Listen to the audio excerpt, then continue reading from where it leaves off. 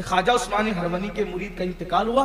तदफीन के बाद किसी ने कश्फ के जरिए से देखा कि अजाब के फरिश्ते आए और कब्र में यह भी देखा कि ख्वाजा उस्मान हरवनी भी तशरीफ है।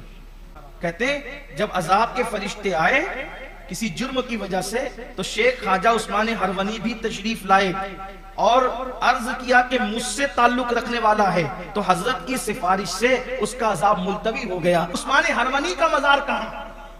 मक्कतुल मुकर्रमा में, जन्नतुल माला के अंदर।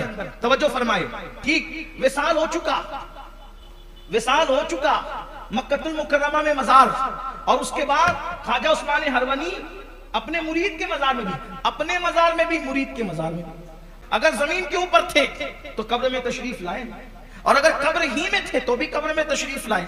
उस्मान हरवनी जैसे के एक जुमले पर कि ये मुझसे ताल्लुक रखता है, आपकी सिफारिश से अजाब कब्र दूर हो।